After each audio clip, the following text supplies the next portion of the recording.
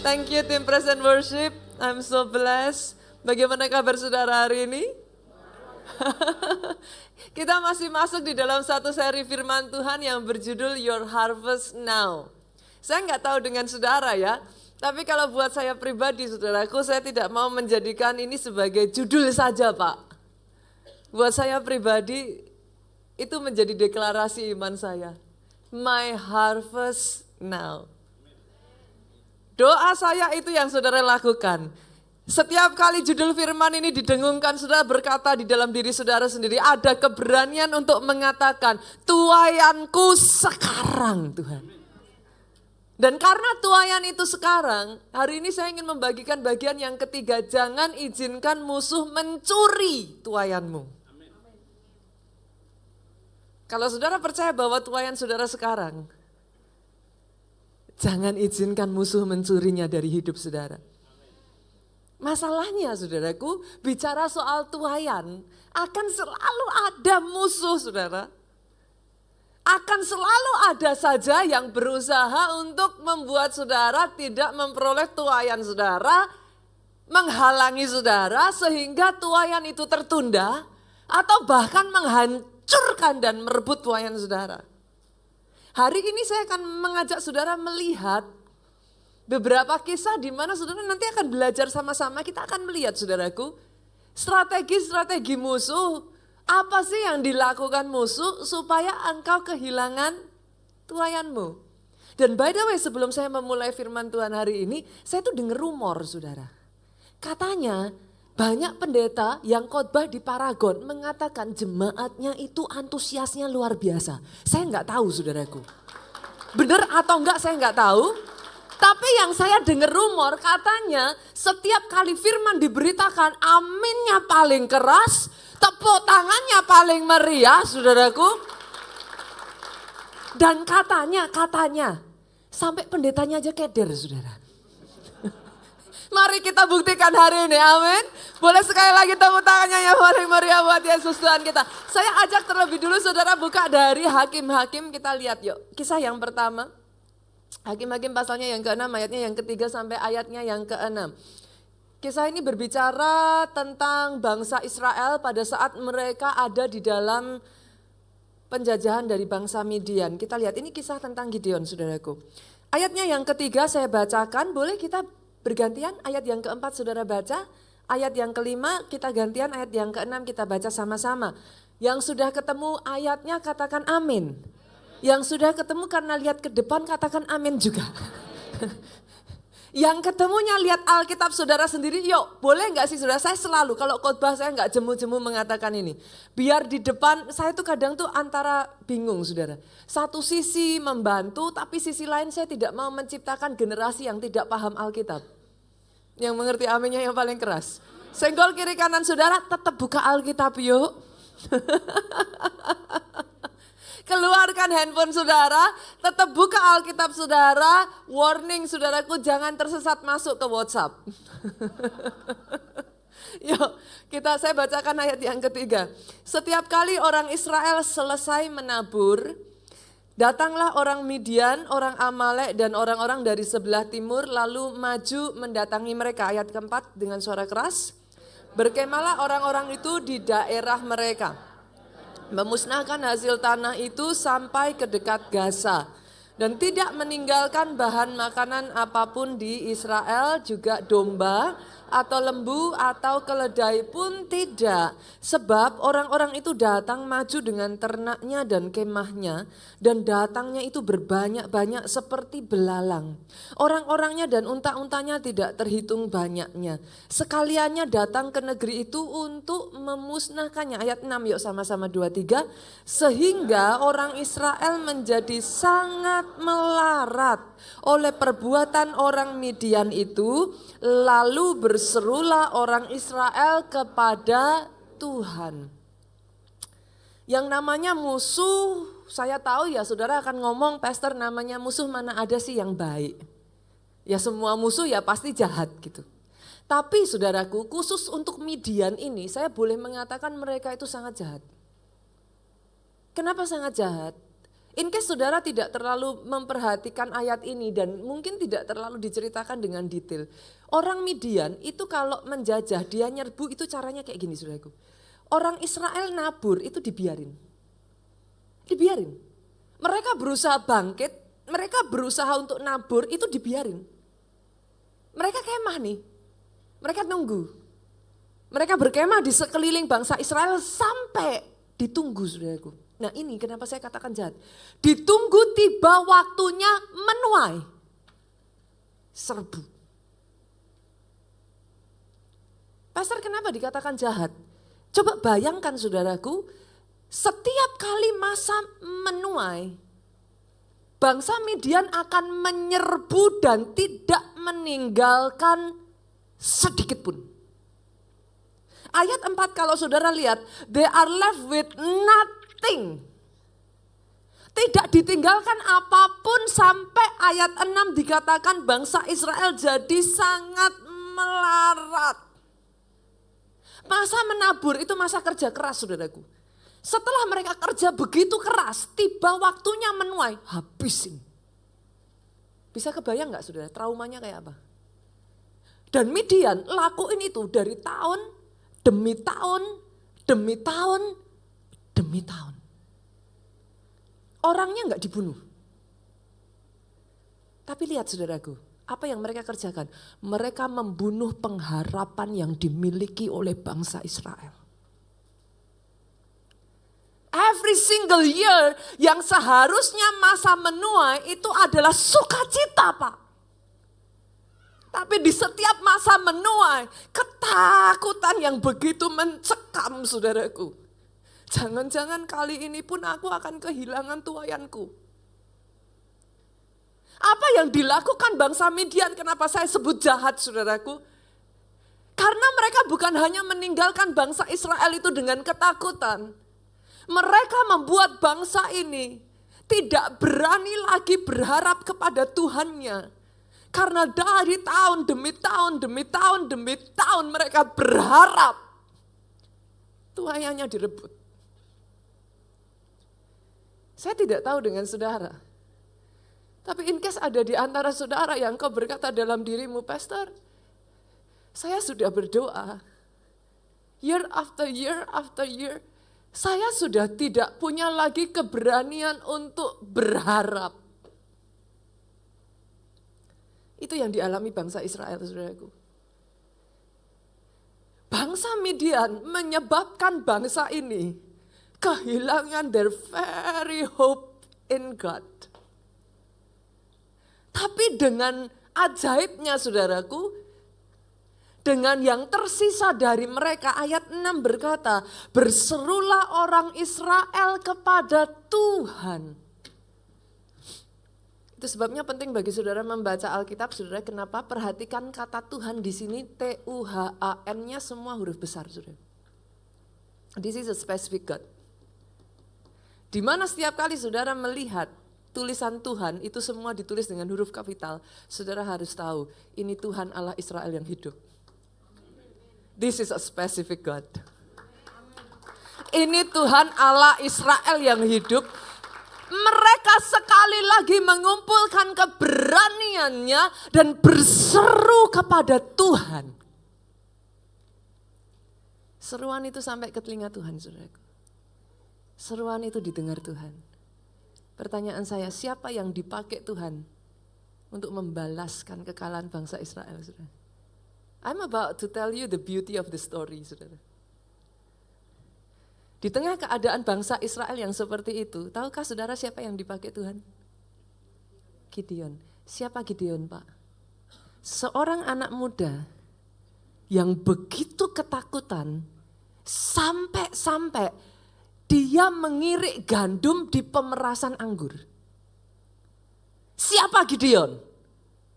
Seorang anak muda yang sudah kehilangan pengharapannya sampai-sampai pada saat malaikat Tuhan datang, Gideon berkata, mana Tuhan yang aku dengar dari cerita nenek moyangku? Di mana dia? What's the point, Pastor? I'm about to tell you the beauty of the story. Tuhan tidak cari orang yang hebat. Tuhan cari seorang anak muda, Pak, yang jadi perwakilan dari keadaan seluruh bangsa Israel saat itu. Seorang yang ketakutan, seorang yang tidak punya pengharapan, seorang yang sudah takut berharap sekali lagi. Tuhan tidak cari orang yang hebat. Hari ini pun di tempat ini saudaraku, apakah saudara pikir, saudara berkata, pastor, orang kayak saya apa Tuhan masih bisa pakai? Tuhan tidak cari orang yang hebat. Dia cari orang yang menjadi perwakilan dari keadaan saat itu. Dia datang kepada Gideon dan Tuhan katakan, hai engkau orang yang gagah perkasa, hai engkau pahlawan yang gagah perkasa. Oh come on. Oh come on.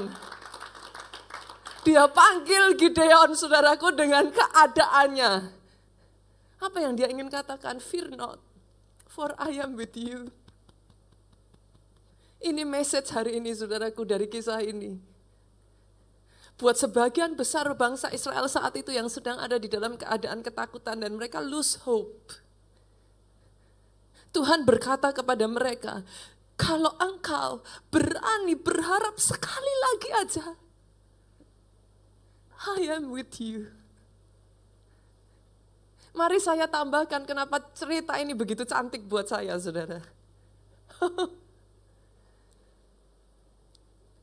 Buat bangsa Midian ya saudaraku, yang mengalahkan bangsa Israel dengan datang berbanyak-banyak. Saudara masih ingat kisah Gideon? Disisakan Tuhan tinggal berapa saudara? Our God is sending message. Tuhan kita ngirimin pesan. Kamu datang nyerang aku berbanyak-banyak. Butuh buat engkau berbanyak-banyak menghancurkan anakku.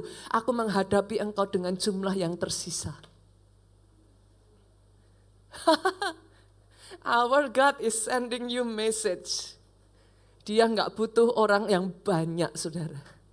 Tapi dia butuh orang-orang yang hari ini berani sekali lagi berharap. Berani sekali lagi mempercayai dia. Berani sekali lagi datang kepada dia dengan ketakutan yang ada. Dan sedikit kecil pengharapan di hatimu. Tapi kau memberanikan diri dan berkata, Lord, where are you?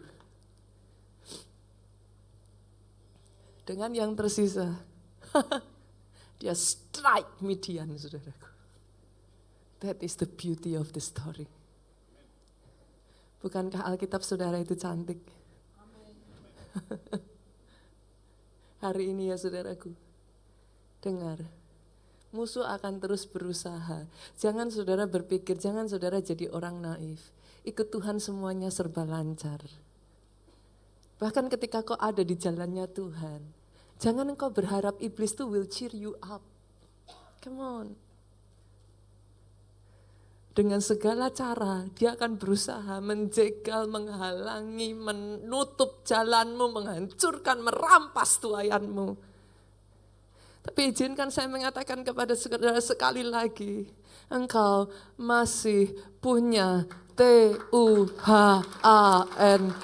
Tuhan Allah Israel yang hidup masih ada di pihakmu. Boleh aminnya yang paling keras. Oh kalau mau tepuk tangannya yang paling meriah buat Yesus Tuhan kita. Saya berdoa hari ini ada iman yang dibangkitkan di tempat ini. Engkau yang pengharapanmu sempat pudar, engkau yang sempat ada di dalam ketakutan. For once, berserulah sekali lagi kepada Tuhan Allahmu. Dia masih mendengar. And yes, dia mau tolong engkau. Yang kedua saudaraku, saya akan mengajak saudara melihat sebuah kisah tentang seorang anak muda yang bernama Daud. Yang di tengah dia sedang ada di dalam peperangan saudara. Dia ada di dalam peperangan, di tengah peperangan yang begitu besar saudaraku. Kampung halamannya itu diserbu. Habis saudara. Sebagian orang berkata kepada saya, Pastor, kalau harta yang diambil, harta bisa dicari. Tapi kalau itu adalah keluarga, saudaraku, it's another level. Gitu. Itu adalah satu tingkat yang berbeda ya, saudara. Daud pulang dari berperang, saudara. Berapa banyak kadang-kala dalam kehidupan kita ini kita udah kerja keras, kita udah lakukan semua daya upaya ya saudaraku. Pulang hanya untuk mendapati apa yang tertinggal itu direbut dan habis. Dari kisah ini saya ingin mengajak saudara melihat bagaimana orang-orang Daud, mereka hancur saudaraku. Mereka hancur, mereka menangis begitu rupa saudara. Alkitab sampai mencatat tidak lagi bisa menangis, mereka marah saudara. Sampai-sampai mereka hampir membunuh siapa? Daud, pemimpinnya sendiri. Pertanyaan saya kepada saudara, what makes David different gitu? Apa yang membuat Daud berbeda? Apakah Daud gak nangis? Daud ikut nangis bersama dengan mereka. Apakah Daud gak hancur hati? Oh, air matanya habis sama seperti anak buahnya saudara. Apakah Daud gak marah saudaraku? Dia marah. Tapi in case saudara gak notice, apa yang membedakan Daud? Dia menolak untuk tenggelam dalam kesedihannya. Yes, dia sedih. Siapa yang gak sedih? Ada di sini saudara yang ngadepin satu masalah di mana saudara berkata, Pastor aku hancur. Tapi kalau tidak terlalu berlebihan saudara, izinkan saya mengatakan kepada saudara, jangan tenggelam dalam kesedihanmu. Pastor saya marah. I understand saudaraku. Tapi bolehkah saya mengatakan kepada saudara, jangan sampai engkau terpuruk. Yang membedakan Daud dengan anak buahnya saudaraku, bukan dia tidak menangis Pak. Bukan dia tidak marah, bukan dia tidak hancur hati Bu. Yang membedakan Daud, di tengah keadaannya yang seperti itu, dia menguatkan hatinya. Sekali lagi. Bolehkah saya katakan ini kepada saudara? Antara engkau dengan tuayanmu, jaraknya hanya sejauh seberapa kuat engkau membangkitkan dirimu sendiri, seberapa kuat engkau menguatkan dirimu sendiri di tengah masalahmu. Jaraknya hanya sejauh itu saudaraku. Dan singkat cerita saudara, Daud kejar,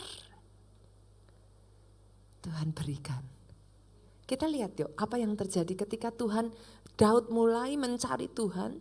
Tuhan katakan kejar, 1 Samuel 30 ayatnya yang ke-19 sampai ayatnya yang ke-20. Boleh gak kita baca sama-sama? Dengan suara keras ya Bapak Ibu ya, boleh ya, ayat 19. Tidak ada, stop sampai di situ saudaraku. Boleh gak ini jadi deklarasi atas hidupmu? Kita perkatakan yuk, 2, 3. Tidak ada yang hilang pada mereka. Ganti kata mereka dengan aku. Tidak ada yang hilang daripadaku. Sepakat? 2, 3, kita baca sekali lagi dengan suara keras. Tidak ada yang hilang daripadaku. Jadi atas hidupmu, dari hal yang kecil sampai hal yang besar, sampai anak laki-laki, anak perempuan, tidak ada satu anakmu pun yang bisa diambil. Satu demi satu orang di keluarga mengenal Yesus, seisi keluarganya mengenal Yesus. Tidak ada satupun dari anggota keluargamu yang bisa direbut. Dari yang paling kecil sampai yang paling besar. Oh come on, berapa banyak KKS ada di tempat ini, boleh lambaikan tangan saudara. Tidak ada anak selmu yang bisa direbut. Tidak satu pun anak selmu yang bisa direbut. Satu demi satu dari yang paling kecil sampai yang paling besar. Dan dari jaran sampai segala sesuatu yang telah dirampas mereka. Perkatakan ini bersama dengan saya 2-3. Semuanya itu dibawa Daud kembali. Apa yang hilang dari hidupmu saudaraku? Dikembalikan. Saya gak tahu apa yang hilang dari hidup. Di masa pandemi ini. Kemarin dengan semua yang sudah terjadi. What is lost? Bahkan maafkan saya Bapak Ibu, kalau kau kehilangan apimu, dikembalikan. Ada orang-orang yang begitu diberkati Tuhan, tapi apinya hilang. Kalau kau kehilangan kasihmu mula-mula, saya harus berkatakan kepada saudara, dikembalikan. Dikembalikan. Kalau kau kehilangan kecintaanmu akan gereja Tuhan, kecintaanmu akan komunitasmu, kecintaanmu akan keluarga rohanimu, dikembalikan. Kau akan lagi begitu rupa. Kalau kau kehilangan semangatmu untuk melayani, dikembalikan. Bahkan kalau ada di tempat ini yang selama masa pandemi kemarin engkau kehilangan kesehatanmu, dikembalikan. Apa yang hilang saudaraku? Saya tantang saudara, dibutuhkan keteguhan hati untuk kau mengambil apa yang jadi bagianmu. Saya berdoa ya, sungguh-sungguh saya berdoa dari gereja keluarga Allah ya, lahir jenis orang Kristen yang gak gampangan, aminnya yang paling keras. Lahir jenis orang Kristen yang gak cengeng. Lahir jenis orang Kristen yang gak lembek. Kalau itu direbut, ambil kembali. Jangan terlalu naif dan berpikir musuh akan cheer you out. Yes kamu bisa. Enak aja saudaraku. Setiap kali dia punya kesempatan Pak, dicegal. Apa yang saudara pikirkan? Saudara berpikir jalan menuju kesuksesan semudah itu. Yang ada saudara mundur, yang ada saudara nangis-nangis sama Tuhan, kenapa Tuhan izinkan ini semua terjadi? It doesn't work like that. Tidak ada satu sosok pribadi pun yang lebih menginginkan kau sukses selain daripada Tuhanmu. Karena di dalam semua kemenanganmu namanya dipermuliakan. Tapi dengar ini saudaraku, yes. Dari suksesmu pada posisimu sekarang, dari keadaanmu pada apa yang Tuhan janjikan, it takes hard work. Dibutuhkan keteguhan hati. Dibutuhkan saudaraku hati yang tidak tawar saudaraku. Itu sebabnya Yosua Tuhan katakan, kuatkan dan teguhkan hatimu. Jangan tawar hatimu. Karena di masa kesusahan, kalau hatimu tawar, kecil kekuatanmu. Pastor sama-sama gak ada pengharapan, pastor sama-sama gak ada kekuatan lagi. Kuatkan, teguhkan hatimu sekali lagi. Yang ketiga saudaraku, saya akan mengajak saudara masuk pada satu cerita yang kisah yang sangat menarik buat saya. Amazing sekali kisah ini. Apa pelajarannya kalau buat saya cukup dalam saudaraku. Along the year saudara, saya belajar tentang yang satu ini dan again and again yang satu ini selalu membuat saya gemes gitu saudara. Kita lihat ya, kisah tentang gandum dan lalang. Yuk kita buka Matius pasalnya yang ke-13 ayatnya yang ke-24. Yang sudah ketemu katakan amin. Sekali lagi senggol kiri kanannya, buka Alkitabmu. Sekali lagi kalau nggak disenggol saudaraku injak aja kakinya. Buka Alkitab saudara, buka Alkitab. Saya benar-benar saudara, saya concern dengan hal ini. Indonesia, come on, jangan jadi satu generasi yang tidak mengenal firman Tuhan. Kalau enggak hati-hati engkau sudah lupa loh di mana Matius, Markus, Lukas, Yohanes. Coba saudara buka Alkitab saudara di handphone itu kan nomor satunya di atas sendiri kan kalau saudara urutin berdasarkan alfabet kan Amos saudara. Terus kalau ditanya, apa kitab pertama dalam Alkitab? Amos. Habis saudara.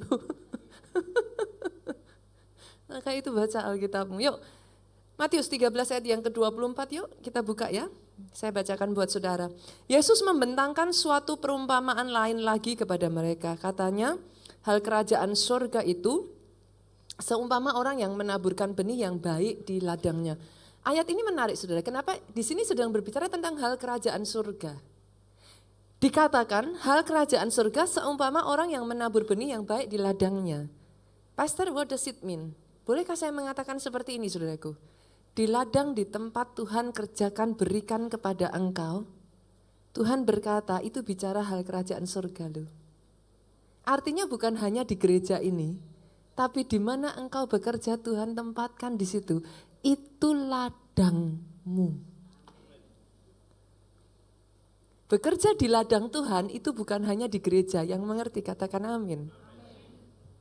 Di tempat engkau ditempatkan Tuhan, apakah itu di bisnis, apakah itu di rumah sakit, apakah itu engkau sebagai dokter, apakah engkau sebagai bisnismen, apakah engkau sebagai karyawan, apakah engkau sebagai profesional muda, apapun itu saudaraku dengar ini, itu ladangmu. Dan di ladangmu ayat ini berkata, orang menabur benih yang baik di ladangnya. Taburkan benih saudara. Di tempat Tuhan tempatkan engkau, tabur benih. Yang mengerti katakan amin. Di tempat engkau bekerja, di bisnismu harus tabur benih. Loh harus tabur benih. Apa itu benih-benih yang baik? Benih kerja keras. Oh yes. Pastor, katanya kita disuruh doa, coba aja saudara. Doa jalan terus, kerja keras gak boleh dilupakan. Yang satu dilakukan, yang lain jangan dilupakan. Pastor saya udah berdoa, pastor saya udah puasa, pastor saya sudah sampai nungging-nungging. Saya tanyakan, selalu saya tanyakan, lah gimana? Kamu punya pekerjaan apa? Saya tuh kadang heran dengan orang Kristen, saudara. Pastor, saya udah lakukan tuh semua yang dikhotbahin di gereja.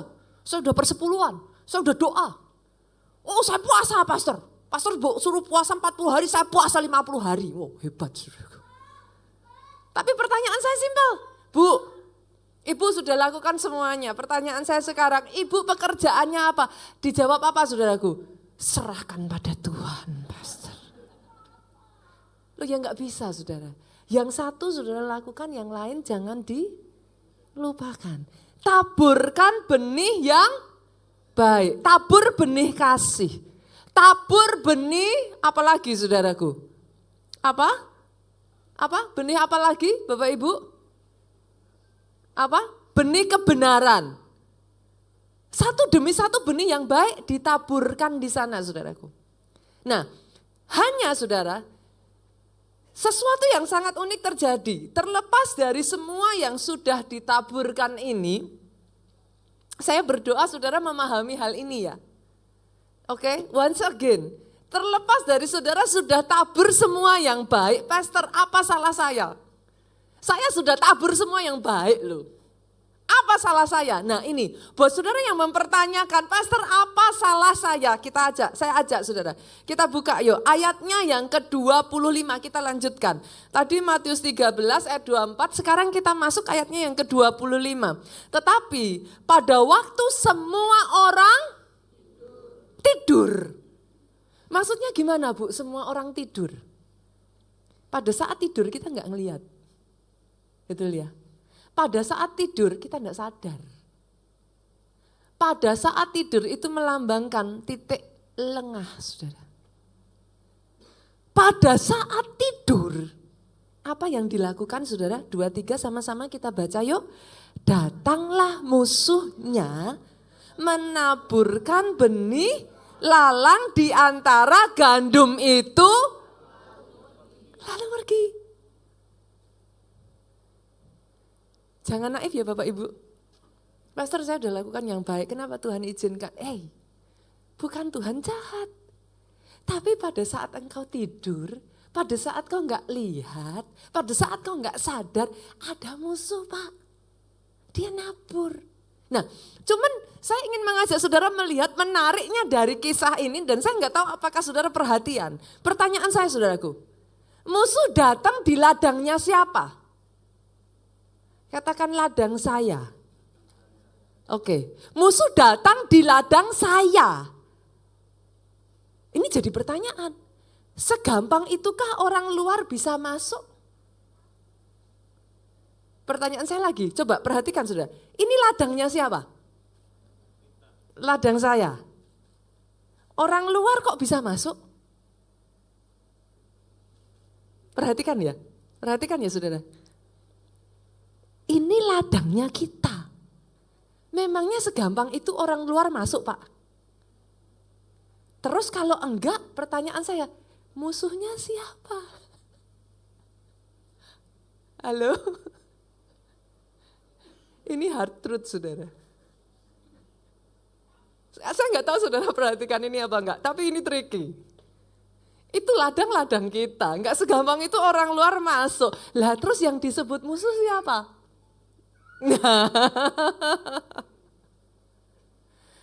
Maafkan saya ya Bapak Ibu, saya harus mengatakan ini, tidak semua orang yang bersama kita adalah kawan. Kadang ada tuh musuh dalam selimut.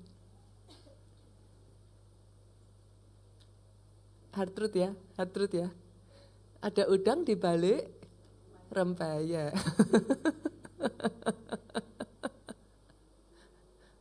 Kata orang ada serigala berbulu domba. Lah katanya teman tuh, tapi suami sendiri diserobot tuh. Gimana saudara? Berapa banyak saudara mendengar kisah seperti itu? Katanya teman baik. Halo? Saya melayani di ladang Tuhan ini ya saudaraku, mungkin sudah lebih dari 25 tahun ya saudara. Enggak berasa ya, sudah seperempat abad loh Pak. Umur tambah terus saudaraku. Tapi sampai detik hari ini, it cannot stop to amaze me loh. Seringkali saya pun masih nggak bisa recognize. Berapa banyak saya mengalami dalam hidup saya ya saudaraku, orang yang mengatakan mengasihi saya. Mulut yang sama yang mengatakan mengasihi saya, tapi dari orang yang sama yang mengacungkan tangannya dan menusuk saya dari belakang.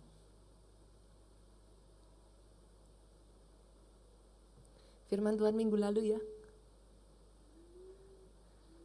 Jangan izinkan itu membuat hatimu pahit. Jangan izinkan itu menghancurkan engkau. Tapi setiap apa yang Tuhan izinkan terjadi, biarlah itu membentuk engkau jadi pribadi yang spesial.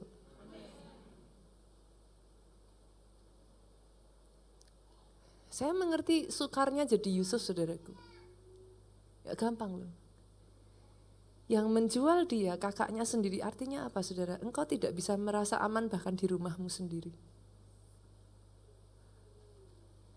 Ayat ini buat saya itu adalah ayat yang sangat unik sekali. Kenapa?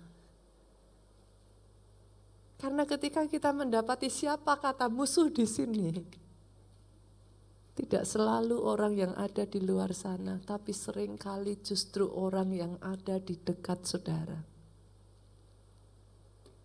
That is a hard truth. Dan yang jadi masalah saudaraku, antara gandum dengan lalang itu enggak banyak bedanya. Mereka itu punya spesifikasi kesimilaritas, kesamaan yang begitu rupa gitu saudaraku, sampai enggak bisa dibedain mana itu gandum, mana itu lalang. Lah terus kita mesti gimana Pastor? Kalau gandum nggak bisa dibedakan dari lalang, itu sebabnya saya hanya bisa mengatakan kepada saudara, beware. Waspada. Masalahnya banyak orang Kristen tuh terlalu naif gitu saudaraku.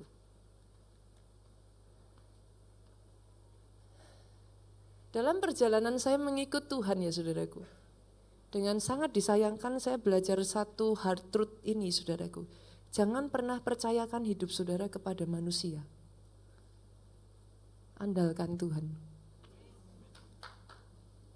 Oh kalau mau tepuk tangan yang paling meriah. Saudara tahu Pastor E.A. Adeboye ya saudaraku, di dalam apa yang sudah mereka alami ya, 17 juta jemaat coming. Dia terakhir saya datang ke Nigeria itu ditulis besar-besar, visinya mereka sudah 40 juta jiwa saudara. Amazing.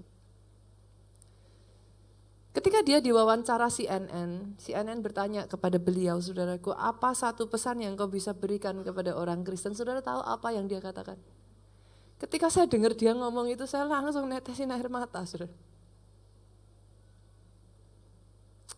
Karena kadang semakin engkau dibawa naik, gak segampang itu. Sometimes it's a lonely path. Pastor Adeboye ketika diwawancara, ini yang dia katakan. Trust God only. Ketika saya dengar dia ngomong itu, air mata saya netes. Karena orang yang sama yang mengatakan itu pernah hampir diracuni oleh orang terdekatnya sendiri.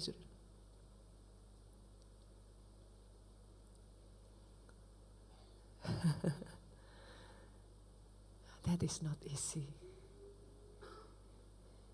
Tapi berapa banyak saya harus katakan kepada saudara, Tuhan mau engkau jadi orang-orang yang besar. Yes. And yes, you can endure it. Bisa kok. It will not gonna break you. It will not gonna make you bitter. It will make you special. Kita lihat ya saudara. Pastor terus kalau kayak gitu, apa yang harus saya lakukan? Ternyata saudara, ayat 26 tuh ngomong gini. Ketika gandum itu tumbuh dan mulai berbulir, nampak juga lah lalang. Jadi seringkali lalang itu baru muncul ya saudara, ketika si gandum ini udah tumbuh Pak. Ketika muncul buah, bulir itu kan kalau buat gandum buah ya saudara. Nah disinilah firman Tuhan itu ngajarin kepada kita, dari buahnya engkau tahu pohonnya. Over the time saya itu belajar satu hal yang ya sekali lagi sudah. Is it okay kalau saya bicara hard truth seperti ini? Is it okay? Oke ya. Over the time saya belajar, jangan percayai perkataannya, percayai tindakannya. Manusia boleh berkata apapun saudaraku. Orang yang sama yang berkata haleluya, gloria bagi anak domba, besoknya ngomong salibkan dia. Jadi kadang-kala it's not an easy path saudara. Tapi ayat ini ngomong, Pastor kalau gitu saya taunya dari mana? Kita kepengennya dalam pekerjaan saudara, kita kepengennya percayanya semua karyawan kita baik, amin. Amin dong. Orang yang saudara percayai, orang yang sudah saudara perjuangkan, masa sih? Tapi berapa kejadian justru orang yang paling dipercayakan yang nilep uang kan? Yang justru bawa pergi uang kan? Pastor terus gimana? Caranya kita kepengennya semua itu gandum Pak, kalau bisa gitu kan. Nah terus ini mau digimanakan? Kita lihat ya saudara, ayat 27. Sampai-sampai si hamba dari Tuhan ini nih penasaran, datang sama tuannya, dia ngomong, Tuan, bukankah benih baik yang Tuhan taburkan di ladang Tuhan? Tuhan kan naburnya baik, terus dari mana lalang itu?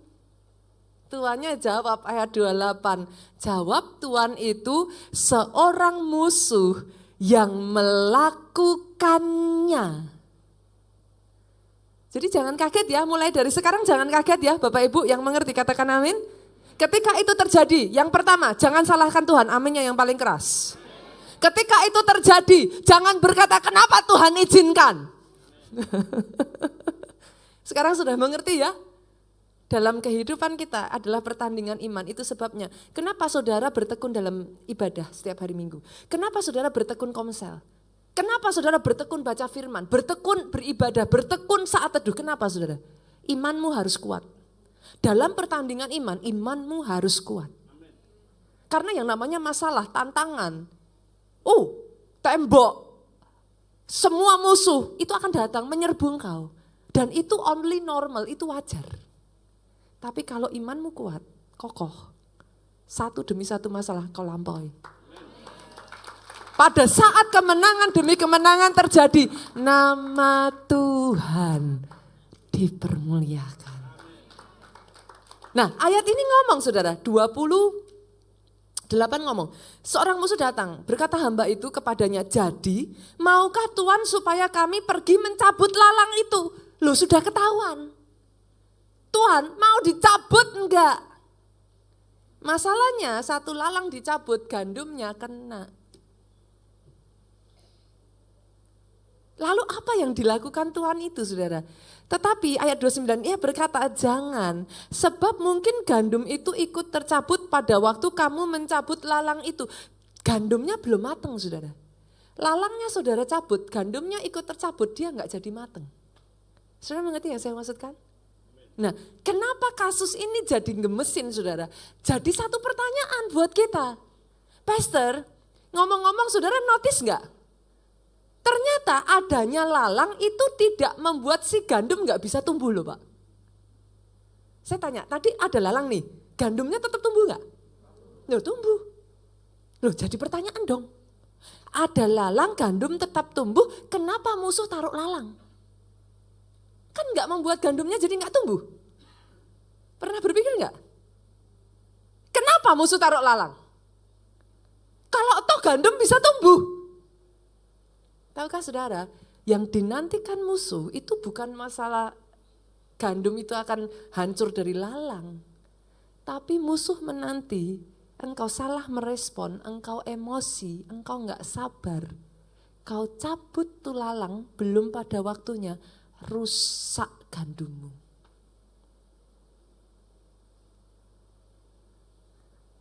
Bolehkah saya katakan ini? For everything there is a season. Untuk setiap keadaan ada waktunya. Rehabeam saudaraku, dia bertahta jadi raja. Kali pertama dia bertahta, dia harusnya memperkokoh tahtanya saudara. Datang itu rakyat, bicara soal pajak. Zaman papahmu dulu, kita tuh dikasih pajak. Salomo tuh padahal baiknya baik saudara. Di zamannya Salomo rakyat itu makmur. Dan di zamannya Salomo diem semua. Rehabeam naik, mulai buka mulut. Zaman papahmu dulu ya, kami diteken. Kasih kami keringanan. Lepaskan kami dari pajak, kami akan mengikut engkau. Rehabeam jengkel. Ini zaman papa dulu dia diem. Sekarang tiba-tiba ada provokator. Nah pertanyaannya saudaraku. Nah di sini titiknya. Doa saya atas pribadi, lepas pribadi, lepas pribadi, lepas pribadi. Tuhan taruh hikmat dalam hidupmu. Kenapa? Karena gara-gara provokator ini Rehabeam jengkel, dipukul mereka semua. Ayahku dulu hanya sekelingking, sekarang aku akan menekan engkau lebih lagi. Saudara tahu dari 12 suku, Rehabeam kehilangan 11 suku. Musuh menaruh lalang bukan supaya memakan gandum.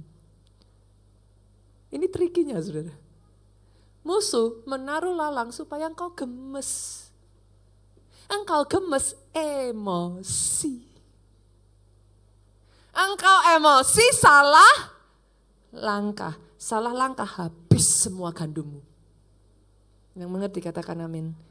Doa saya hari ini pribadi, lepas pribadi, lepas pribadi, lepas pribadi. Bertumbuhlah dalam hikmat. Yes, bertumbuh dalam hikmat. Kadangkala Pak, enggak semuanya kita harus strike.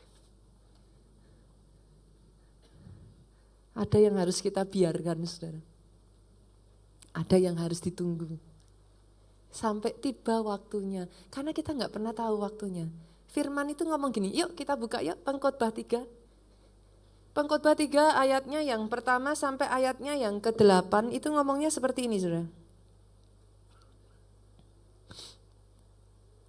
Untuk segala sesuatu ada masanya. Saya nggak tahu, nggak ada di catatan sih, saya bacakan aja buat saudara.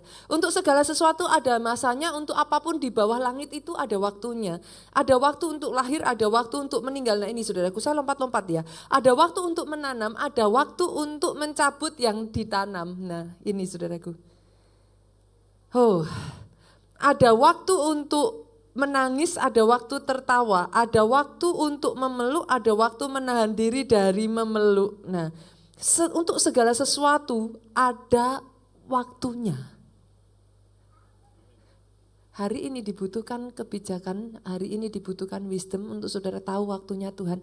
Tepat pada waktunya engkau bergerak. Kemenangan terjadi. Itu yang dilakukan oleh Yosua. Saya akan tutup dengan kisah Yosua ini. Kita buka Yosua 8 ayat 15 sampai ayatnya yang ke-19. Boleh bergantian Bapak Ibu, kita baca kisah yang terakhir ini, Yosua 8 ayat 15 saya bacakan. Yosua dan seluruh orang Israel itu berlaku seolah-olah dipukul mundur oleh mereka. Nah, Yosua ini kayak seolah-olah pura-pura kalah saudara. Lalu melarikan diri ke arah padang gurun. Ayat 16 dengan suara keras, 2-3. Sebab itu semua orang yang ada di kota dikerahkan untuk mengejar orang Israel. Semua orang yang ada di mana? Di kota. Dikerahkan mengejar, berarti mereka keluar atau masuk dari kota? Keluar dari kota. Kita lanjutkan. Maka mereka mengejar Yosua sehingga makin jauhlah mereka terpancing dari kota. Mereka pergi jauh tuh. 17, seorang pun tidak tertinggal lagi di Ai dan Betel yang tidak keluar memburu orang Israel. Mereka meninggalkan kota itu terbuka karena mereka mengejar orang Israel. 18 sama-sama. Lalu berfirmanlah Tuhan kepada Yosua acungkanlah lembing yang ada di tanganmu ke arah Ai, sebab aku menyerahkan kota itu ke dalam tanganmu. Maka Yosua mengacungkan lembing yang di tangannya ke arah kota itu. 19 sama-sama.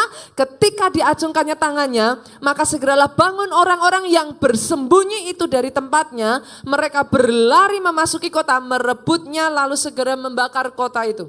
Wow. Jadi kadang saudaraku mengalah tidak selalu kalah. Wow. Pastor, apa yang pastor ingin sampaikan hari ini? Yang pertama, sadari bahwa antara engkau dengan tuayanmu ada yang namanya perjuangan di sana. Sadari hidup ini adalah pertandingan iman. Di dalam pertandingan iman yang kau butuhkan adalah iman yang diperkuat. Sadari ketika itu terjadi bukan Tuhan gak sayang engkau. Ketika itu terjadi bukan Tuhan gak mau engkau mengambil alih apa yang jadi hakmu. Sadari selalu akan ada musuh berusaha merebut. Tapi di antara engkau dengan tanah perjanjianmu, dengar ini saudaraku. Yang pertama, kuatkan dan teguhkan hatimu. Jangan tawar hatimu. Kisah Daud tadi. Yang pertama, kisah tentang Gideon saudaraku? Berani untuk bangkit sekali lagi, berharap sekali lagi, berjuang sekali lagi. Ini bukan saat engkau terpuruk. Percayai Tuhan sekali lagi. Bergerak sekali lagi, bangkit sekali lagi, rebut apa yang jadi tanah perjanjianmu. Dan kisah yang ketiga kita belajar, be wise. Jadi bijaksana, tahu kapan waktunya Tuhan, bergerak sesuai dengan tuntunan Tuhan. Bangkit berdiri yuk, jemaat Tuhan. Sorak-sorai yang paling meriah buat Raja di atas segala raja. Angkat kedua tanganmu saudaraku. Diberkatilah engkau oleh Tuhan. Diberkati keluargamu oleh Tuhan. Oh yes. Ini bukan waktunya engkau berdiam diri, waktunya engkau bangkit. Buat engkau yang belum melayani, saudaraku, bangkit lagi. Buat engkau yang rohmu mulai padam, saudaraku, kobarkan kembali. Ini waktunya engkau bangkit, ambil kembali apa yang sudah hilang dari kehidupanmu. Aku perkatakan atas kehidupanmu, sehat tubuhmu. Dari ujung kepalamu sampai satu demi satu bagian yang ada di dalam tubuhmu. Ginjalmu, levermu, jantungmu, paru-parumu, ginjal. Satu demi satu bagian sampai ke kakimu. Baik adanya, sehat adanya. Bahkan aku perkatakan atas hidupmu, baik jiwamu. Oh yes, tidak ada kepahitan, tidak ada sakit hati, tidak ada kebencian, tidak ada kekecewaan. Baik jiwamu, sehat jiwamu, kuat rohmu. Bertekunlah di dalam doamu, bertekunlah di dalam engkau membaca firman, bertekunlah di dalam ibadahmu, bertekunlah di dalam kelompok selmu, tekun di dalam berpuasa, kuat rohmu, panjang umurmu. Untuk menceritakan segala kebaikan dan keajaiban Tuhan di dalam kehidupanmu. Pulang dari tempat ini saudaraku, bahwa sukacita, damai sejahtera Allah Bapa, cinta kasih Yesus Kristus, persekutuan di dalam rohnya yang kudus sekarang sampai selama-lamanya. Engkau yang diurapi, diberkati, katakan dengan suaramu yang paling keras.